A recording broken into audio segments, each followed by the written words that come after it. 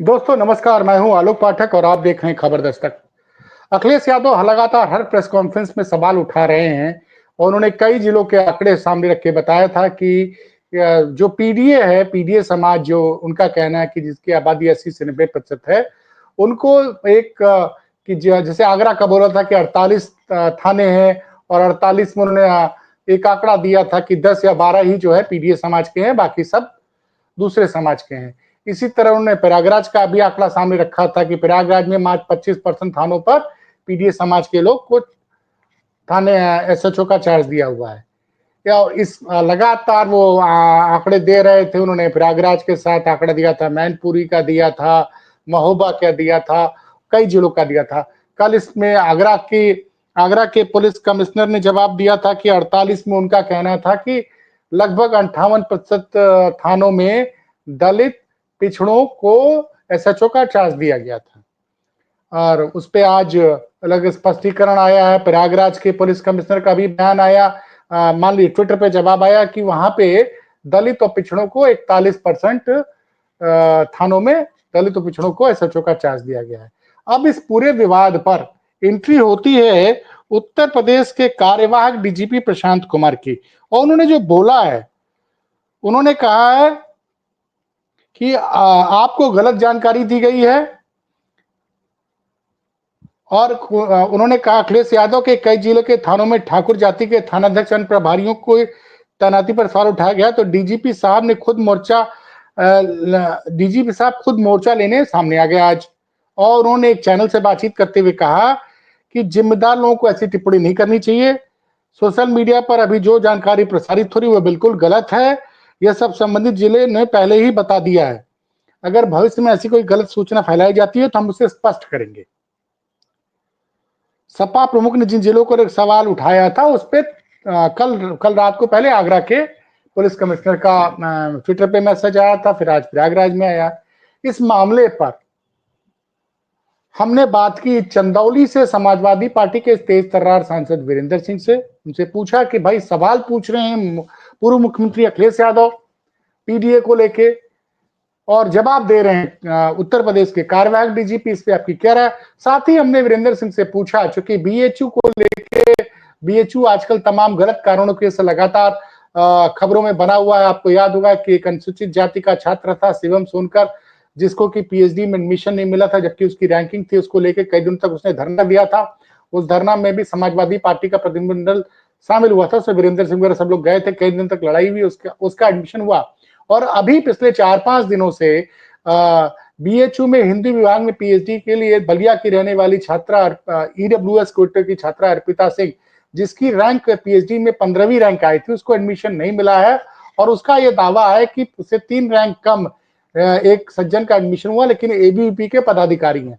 तो इन सब मुद्दों पे मैंने खुलकर बात की है समाजवादी पार्टी के सांसद वीरेंद्र सिंह से। मैंने उनसे ब्रजभूषण शरण सिंह के उस बयान पर भी सवाल पूछा कि साहब, ब्रजभूषण शरण सिंह आप सब जानते हैं कई बार के सांसद रहे हैं। एक बार वो समाजवादी पार्टी के भी सांसद रहे हैं और लगातार 7-8 बार वो भाजपा के सांसद रहे हैं।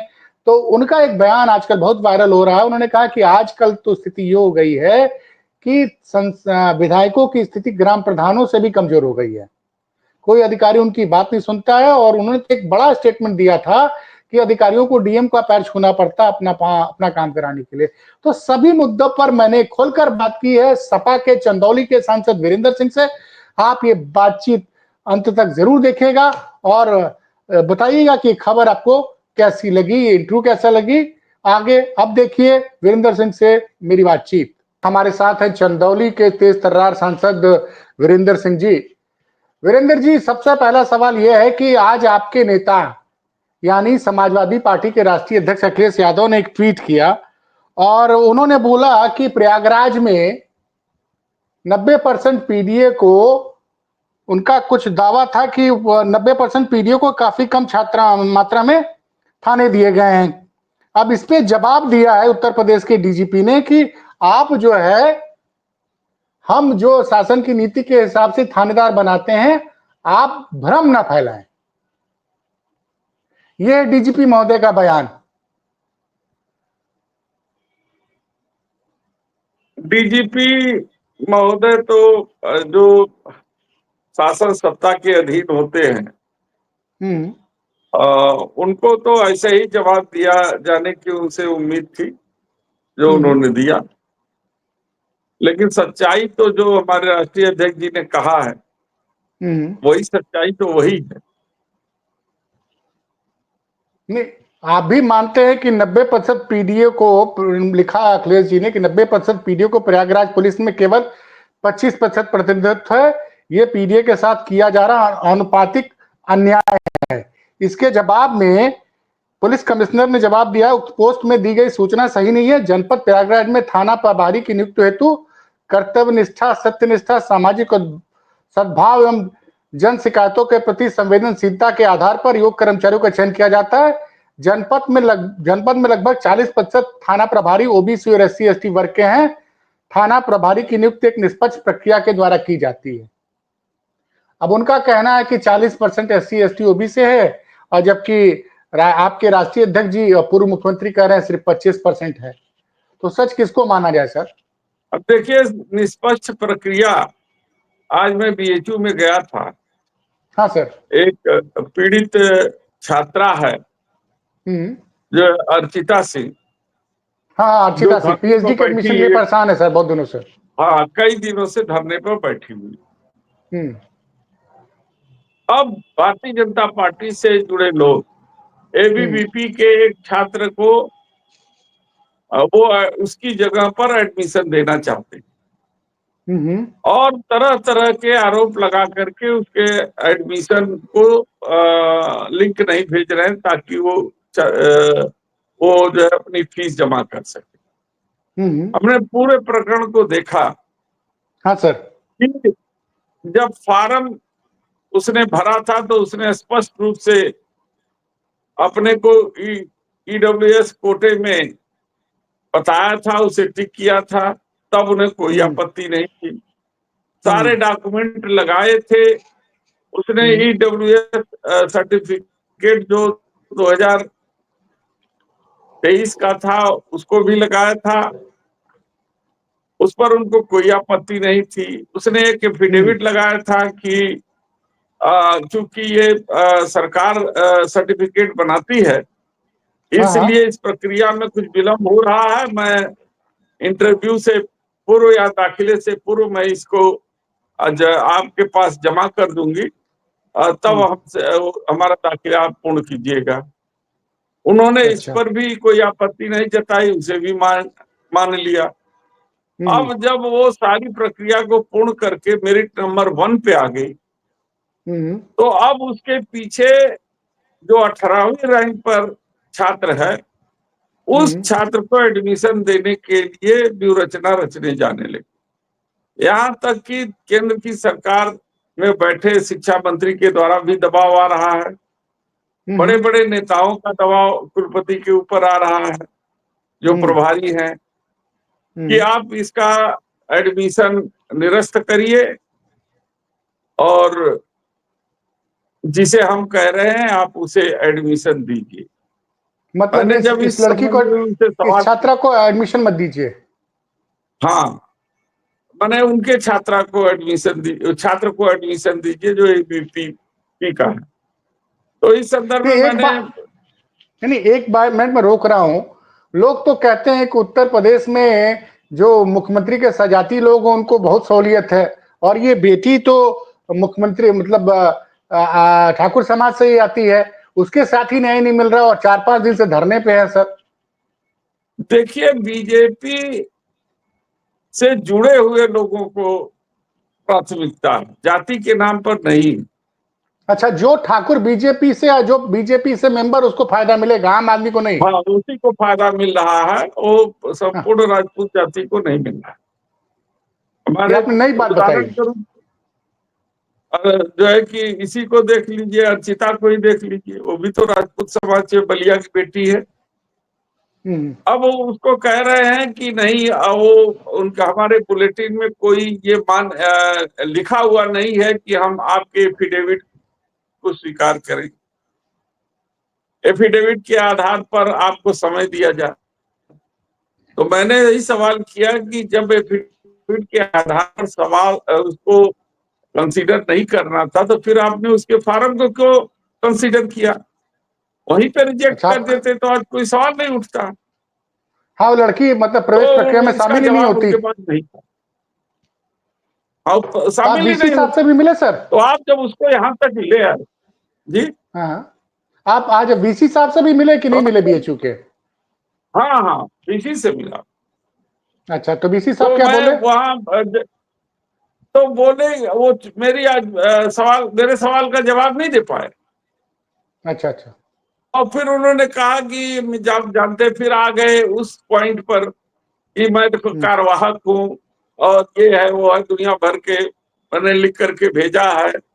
मैंने कहा नहीं सर, ये आप गलत तथ्य प्रस्तुत कर रहे हैं।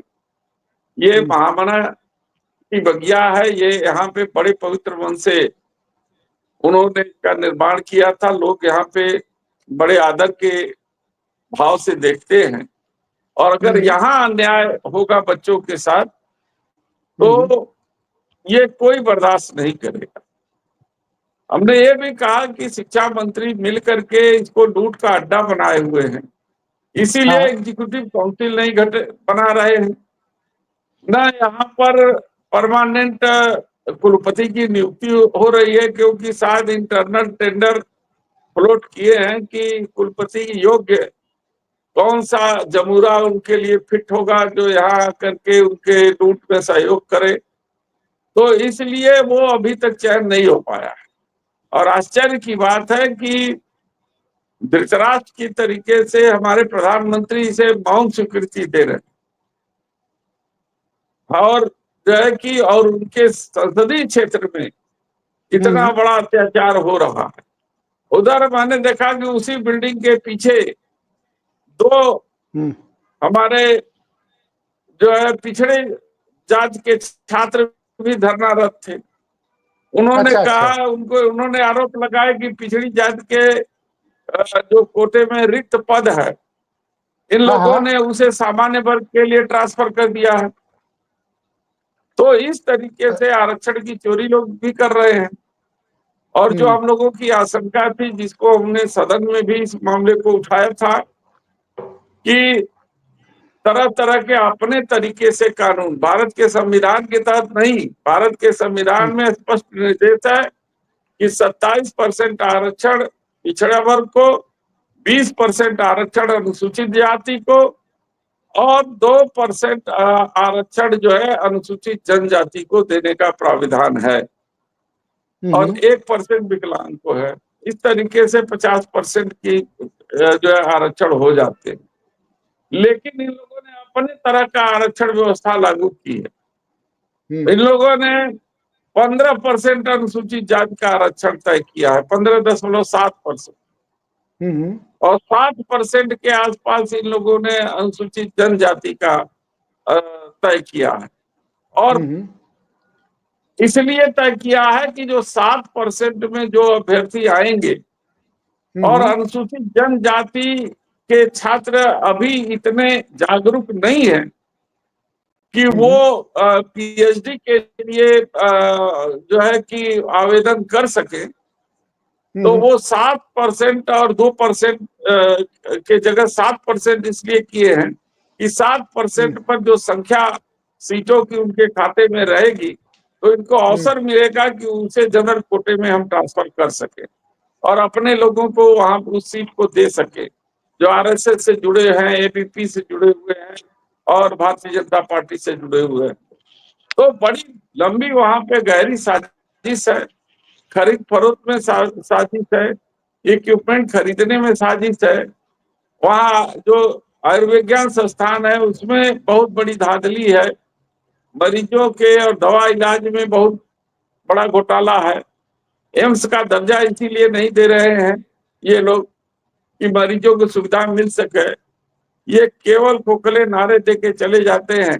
इसी बात पर मेरी झड़प अ, अ, शिक्षा मंत्री से उनके कार्यालय में भी हुई अच्छा, और दिल्ली में? ये लोग वो हाँ, मतलब दिल्ली आप में। शिक्षा मंत्री, यानी आप लगातार, तो मैं देखता हूं सोशल मीडिया पे और संसद में भी आपने लगातार की एग्जीक्यूटिव काउंसिल का गठन किया जाए, आप लगातार सवाल उठाते हैं। और कमाल जी की बात है कि काफी दिनों से नहीं हुआ है, और आपके पहले के जो सांसद थे चंदौली के, उन्होंने कभी इस चीज पे सवाल ही नहीं उठाया। भाई, वो अपना उनका एक धार्मिक वोट है, उस धार्मिक नारे के साथ में लिप्त थे। उनको जन समस्या से क्या जरूरत। नहीं, पूर्वांचल के कई जिलों के लड़के और बिहार के, पूरे देश के लड़के बीएचयू में पढ़ने नहीं आना चाहते करनी हैं। है, महंगाई पर कोई बात नहीं करनी है। इस सरकार को डेवलपमेंट पे बहुत काम नहीं करनी है। डेवलपमेंट करनी है तो वो ऐसा डेवलपमेंट करेंगे जिसमें बहुत बड़े अमीर लोगों को फायदा हो। जहाँ गरीबों को शिक्षा स्वास्थ्य की जरूरत हो, वहां पर किसी का ध्यान नहीं है। तो सरकार ये काम अपने तरीके से करती है। और उन एक जो 10% तबका है इनका अमीर, वो उसके लिए पूरा काम और पूरा ध्यान है इनका। तो मतलब इसलिए आप मान रहे हैं कि, हमेशा आप ये मान रहे हैं सांसद जी की, बीएचयू में दलित पिछड़ों के हक को मारा जा रहा है, आप कहना ये चाह रहे हैं? एकदम 100 अधिकार को छीना जा रहा है। और अपने आदमी को बैठा के अपने तरीके से कानून और नियमावली बना करके, और उनके हक और हकूक नियुक्ति से लेकर के एडमिशन और पीएचडी तक जो है कि मनमानी तरीके से जो है कि प्रवेश दिए जा रहे हैं, नियुक्ति की जा रही है। और चूंकि एग्जीक्यूटिव काउंसिल है नहीं, इसलिए चेक हम्म बैलेंस है नहीं, और मनमानी तरीके से ये सब काम हो रहे हैं। और इसी का विरोध जब मैंने सदन के अंदर किया, मैं शिवम के मामले को लेकर के शिक्षा मंत्री जी के पास गया। तो शिवम शिक्षा सोनकर मंत्री वाला से जो मेरी मामला था। बहस, हम्म हाँ, शिवम सोनकर का, और मेरी हम्म बहस हुई वहां उनसे। हम्म और मैंने कहा कि इस तरीके से बनारस में नहीं चलेगा, और हम लोग इसको इस तरीके से मनमानी नहीं करने देंगे यदि आप जो है कि न्यायपूर्ण ढंग से उसका संचालन नहीं करते। तो फिर उन्होंने मेरी थोड़ी हाथ ताक हुई। और हम्म फिर उन्होंने कहा कि, हमने कहा कि ठीक है, आप मत सुनिए, हम हम्म सदन के अंदर इस मामले को उठाएंगे और आपके चेहरे हम्म को बेनकाब करेंगे। हम्म तो ये सब सारी चीज जो है वहां पे हुई थी। और चलिए, बहरहाल सोम सुनकर का एडमिशन हो गया। हम्म और इससे बहुत से छात्रों को एक आशा जगी है हम्म कि संघर्ष से जीत होती है। और हम्म आज उसी की देन है कि वो अर्चिता सिंह आज हम्म संघर्ष के राह पर बैठी हुई है। हम्म और साथ ही साथ दो जो पिछड़े वर्ग के जो हमारे साथी गुप्ता और उसका साथी और है, वो हम्म भी जो है कि उस संघर्ष की राह में बैठा हुआ है। तो मुझे पूरा विश्वास है कि संघर्ष से ही रास्ता निकलता है, और हम्म। रास्ता जरूर बनेगा, और इनको देना ही पड़ेगा उसका अधिकार। अच्छा वीरेंद्र जी, एक बात जो लगातार उठ रही है, एक प्रधानमंत्री के निर्वाचन क्षेत्र में एक रिंग रोड बन रही थी, जो आपके, जहां से आप सांसद हैं, उसको भी जोड़ती है। उस पे गंगा का पुल बन गया कि कब तक बनेगा? भी वो 2015 नहीं, से बन कल रहा हम है। जा रहे, कल निरीक्षण के लिए जा रहे हैं वहां पे। अभी इसका मतलब ये बना नहीं है? अभी कंप्लीट नहीं हुआ है, तो वही जाएंगे, तो वहां के सारे अधिकारी रहेंगे, उनसे एक निश्चित डेट लेंगे कि हम्म आप किस निश्चित डेट बताइए, हमें गुमराह मत कीजिए। हम्म और बताइए किस तारीख को इस पार से उस पार जनता आने जाने लगेगी। और नहीं तो हम तब, गाड़ी लेके आएंगे, हम गाड़ी लेके आएंगे, आप मुझे इस पार से उस पार कराइए पुल से। अरे जब पुल और जब बने नहीं देगा तो प्रधानमंत्री, कैसे पुल से पार कराएंगे वो? तो वही तो मैं कह रहा हूं कि कराइए हमको इस पार से उस पार। तो देखिए क्या जवाब देते हैं। और बाकी जितनी भी बड़ी बड़ी जो सड़कें हैं, चाहे हम्म जो है वो भारतमाला रोड की बात हो, चाहे हमारा जो सैयद राजा से जमनिया होते हुए पूर्वांचल को मिलाने वाली सड़क हो, और गंगा एक्सप्रेस की बात हो, इन सारी बातों पर वहां पे चर्चा होगी और वो सवाल का जवाब देंगे। सारे सवाल को लेकर के मैं जब दिल्ली 27 तारीख को जाऊंगा तो 28 को संभवतः मेरी गडकरी जी से मुलाकात होगी। मैं इन सारी चीजों को माननीय मंत्री जी के सामने रखूंगा और विस्तार से रखूंगा ताकि काम जो है तेजी से हो और जनता को सुविधा उपलब्ध हो सके। नहीं, अभी तो मीडिया बड़ी चर्चा थी कि प्रधानमंत्री जी गए थे वाराणसी में, कई हजार करोड़ की योजनाओं का उद्घाटन किए हैं और कई हजार करोड़ की योजनाओं की नींव रखे हैं। अब प्रधानमंत्री की घोषणा का क्या लेंगे? बिहार में आप देखे ही हैं कि 25,000 करोड़ दे दें, 50,000 करोड़ दे देंगे, 80,000 करोड़ दे दें, चलो चलो 1,20,000 करोड़ दे रहे हैं। वो कहाँ गया 1,20,000 करोड़? तो ऐसे ही फिर गए हैं, तो ऐसे ही बनारस में घोषणा ही करते हैं। अब घोषणा मंत्री का खाली दर्जा प्राप्त करना है माननीय प्रधानमंत्री जी को कि घोषणा प्रधानमंत्री। नहीं, 10 सालों से मैं तो देख रहा हूँ 2015 में और अखिलेश यादव की सरकार में जमीन भी दे दी गई थी रिंग रोड के लिए, और 10 साल से एक 65 किलोमीटर की लंबी सड़क नहीं बन पाई। अभी तक वो चंदौली वाला पुल जो आपकी विधानसभा को शिवपुर को जोड़ता है चंदौली से, वो अभी तक पूरा तैयार नहीं हुआ। उसी का निरीक्षण करने के लिए जा रहे हैं। कल 1 बजे के टाइम हमारा है फिक्स वहां पे।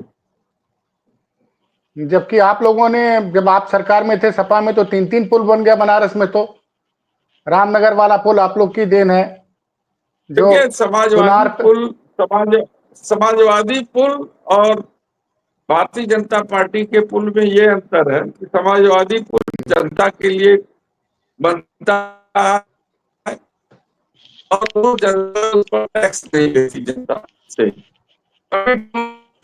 समाजवादी पुल बने, लेकिन भारतीय जनता पार्टी का एक भी पुल आप बता दीजिए जहां से पैसा वसूली न हो इस पार से उस पार जाने के। तो ये व्यापारी लोग हैं, हम लोग समाजवादी लोग हैं। ये हानिलाल की सरकार चलाते हैं, हम लोग की सरकार चलाते हैं, कल्याणकारी नीति के तहत कराते हैं। तो वो हमारे कार्यशैली और उनके कार्यशैली में बहुत अंतर है।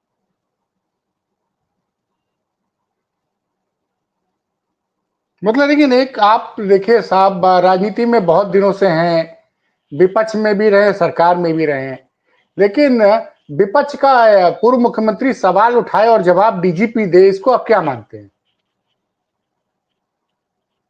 ये लोकतंत्र में इससे खराब बात हो ही नहीं सकती।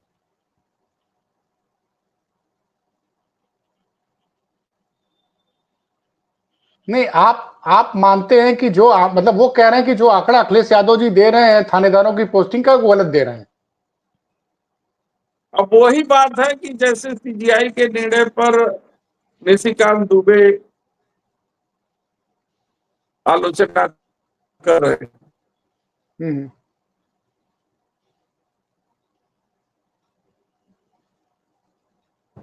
सुप्रीम लगता है कोर्ट के निर्णय पर निशिकांत दुबे कर रहे हैं। नहीं, वो तो समझ में पड़े हैं कि सरकार क्या कर रही है। वो तो कह रहे हैं कि गृह युद्ध हो रहा है, गृह युद्ध हो रहा, तो जिम्मेदार कौन है इस देश में? केंद्र सरकार है ना। अभी यही नहीं मालूम है कि वो पक्ष में है कि विपक्ष में है। एक्चुअली में रखा ही गया है। आप लोगों को पता है, आप लोग पुराने लोग हैं। कांग्रेस के जमाने में एक रत्नाकर पांडे जी हुआ करते थे हमारे यहाँ के सांसद। हाँ, और वो केवल विपक्ष थे। की आवाज को हल्ला गुल्ला करके दबाने के लिए ही उनका इस्तेमाल किया जाता है। इंदिरा जी उन्हीं का इस्तेमाल इसीलिए करती थी। वो बहुत अच्छे नेता, हम लोग के सम्मानित हैं, लेकिन उसी तरीके से निशिकांत दुबे का इस्तेमाल भी भारतीय जनता पार्टी जब सदन बंद कराना हो तो निशिकांत को उठा देती है और ऐसा बात कह देते हैं कि उसमें हो हल्ला हो जाता है और सदन बंद हो जाता है। वो सदन तो बंद करने की चाबी।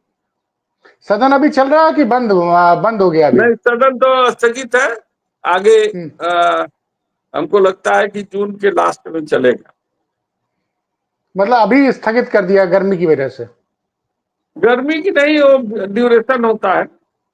अच्छा अच्छा। ग्रीष्मकालीन हो गया, बजट सत्र हो गया, अब उसके बाद अब शरद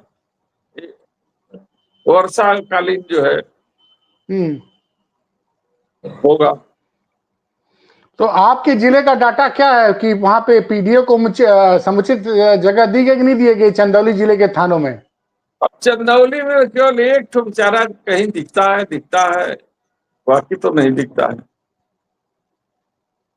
देखिए, आप तो जमीनी नेता हैं, आप तो समझ जाते हैं कि कौन आपको तो मतलब देखिए, उत्तर हमारे प्रदेश की राष्ट्रीय राजनीतिक। अध्यक्ष जी का जो कहना है वो हाँ। केवल थानों की ही बात नहीं, हम्म जो जिले के शीर्षस्थ पदों पर बैठे हुए, चाहे जिलाधिकारी हो, चाहे एसएसपी हो, चाहे हम्म वो सेक्रेटरीज हो, हम्म आप सबका अगर आकलन करेंगे तो प्रमुख जो विभाग है उस विभागों में के ऊपर जो विभागाध्यक्ष के रूप में बैठे हुए लोग हैं हम्म उनमें पीडीए का कोई जगह नहीं। तो इसलिए हमारे राष्ट्रीय अध्यक्ष जी ने जो कहा है हम्म वो बात एकदम सत्य कहा है, और एक ठोस जानकारी के आधार पर कहा। अच्छा, अंत में एक सवाल लेना चाहूंगा। आप जानते भी होंगे, कई आपके मित्र भी होंगे, ब्रजभूषण शरण सिंह आपकी पार्टी से भी सांसद रहे हैं, भाजपा से भी कई बार के सांसद रहे हैं। उन्होंने एक बयान दिया है कि आजकल विधायकों की हैसियत ग्राम प्रधान से भी कम है और प्रशासन की बात सुनता ही नहीं है। उनको अपना काम कराने के लिए डीएम का पैर छूना पड़ता है। अब वो उनके इस बयान पे आपकी क्या राय है?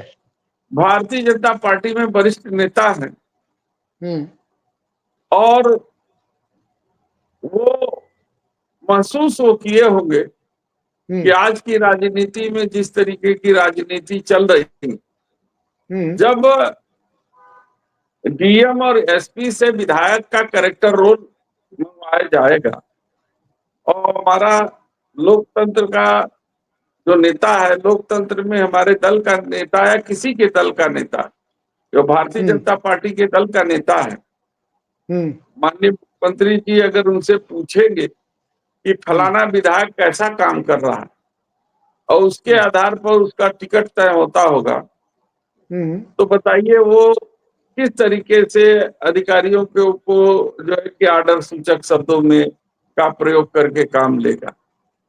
हम भी रहे हैं, 8 साल मंत्री रहे हैं, हमने हम्म ये स्थिति नहीं देखी। आज किसी विधायक या मंत्री की हैसियत नहीं है कि किसी अधिकारी को तलब कर ले या उसको बुला करके किसी काम के लिए कायदे से उनको बैठा के सर्किट हाउस या अपने आवास पे बुला ले, ये किसी की हैसियत। तो हम नहीं, एक लोगों बात ने उन्होंने और सारी भी बोली कि जब जब हम भाजपा से सांसद रहे हैं और नेताजी मुख्यमंत्री थे और मैं उनसे मिलने गया और उन्होंने तुरंत मेरा काम कर दिया। मैं विपक्ष का सांसद था तब भी वो मेरा काम हो जाता था, और अब की सरकार में मैंने हमारी आपसे पार्टी के। मैंने आपको एक पिछले दिनों दिए इंटरव्यू में ये कहा था ना हम्म कि श्री मुलायम सिंह यादव जैसा नेता शायद अभी कोई है नहीं प्रदेश।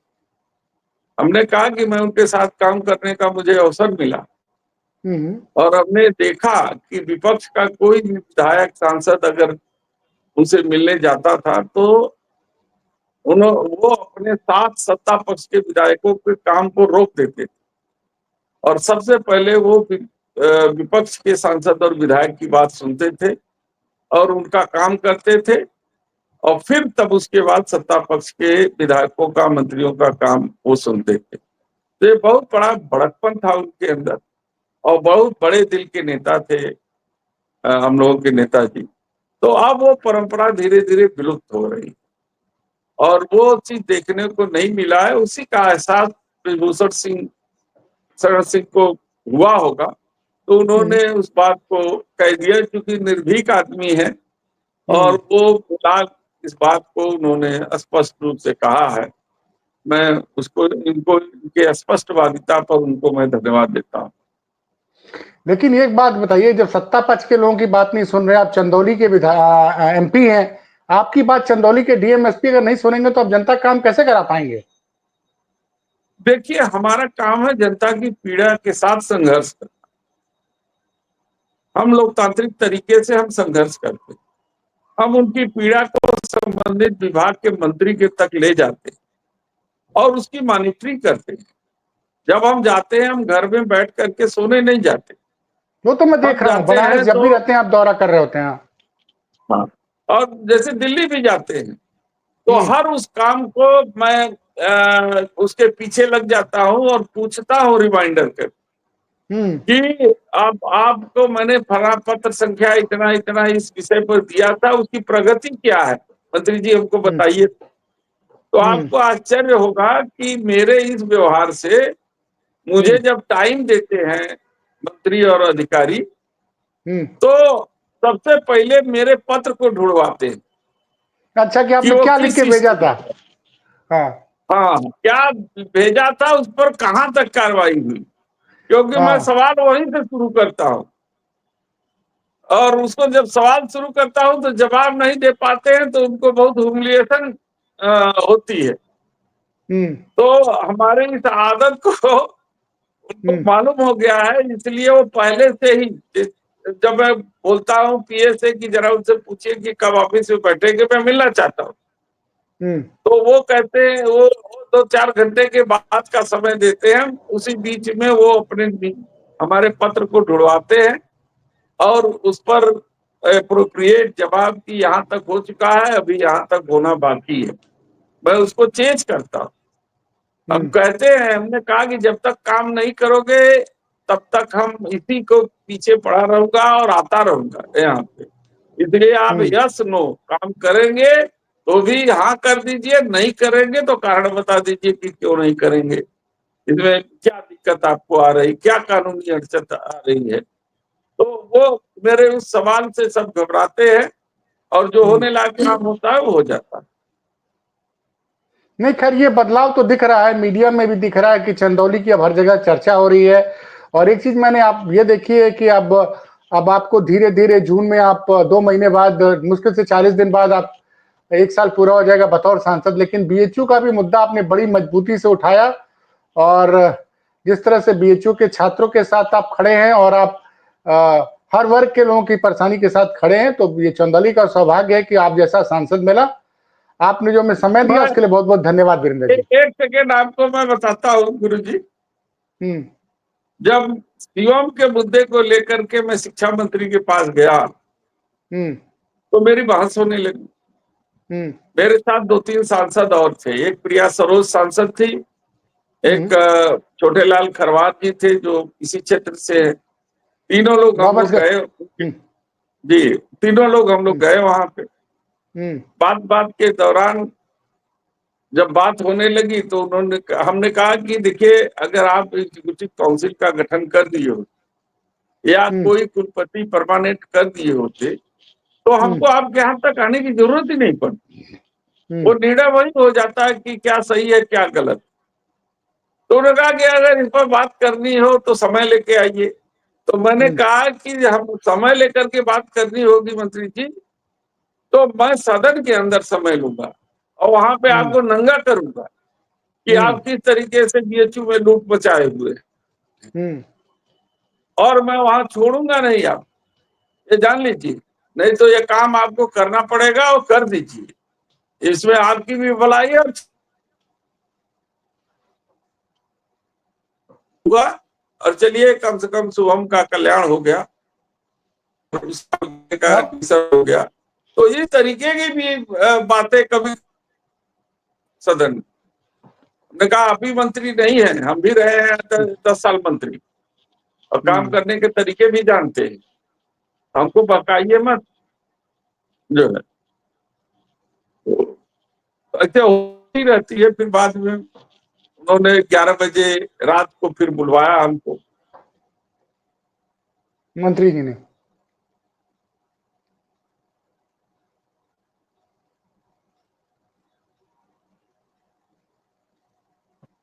ठीक है गुरु जी।